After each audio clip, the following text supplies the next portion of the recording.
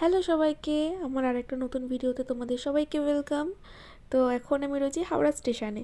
আমি যাচ্ছি ঘুরতে, অনেক দূর, 2 দিন ট্রেনে থাকতে হবে। তো কোথায় যাচ্ছি তোমাদেরকে আমি নেক্সট ভিডিওতে বলবো। তো হাওড়া স্টেশনে দেখতে পাচ্ছ কত ভিড়, ডিসেম্বর মাস, সবাই ঘুরতে যাচ্ছে, তাই অনেকই ভিড়। আর ট্রেনও ঢুকে পড়েছে, আর এটা কিন্তু জেনারেল লাইন। তারপরে আমি আমার টিকিটের নাম্বার দেখে কোন কোচ পড়েছে সেটাতে উঠে পড়ি। তো ট্রেন আমার ছেড়ে দিয়েছে, আর ট্রেনে যে কফি সেল হচ্ছিলো তো সেখান থেকে আমি নিয়ে নিয়েছি একটা কফি। আর প্লিজ তোমরা আমার মাথায় যেটা আছে ওটাকে ইগনোর করে দিও, ঠিক আছে? ও আমার বেস্ট ফ্রেন্ড, আমি যেখানেই যাই ও আমার সাথে সাথেই যায়। আর রাত্রে ডিনার আমি বাড়ি থেকেই নিয়ে এসেছিলাম, ফ্রাইড রাইস আর চিলি চিকেন। তো খাওয়া দাওয়া করে ঘুমিয়ে পড়েছিলাম।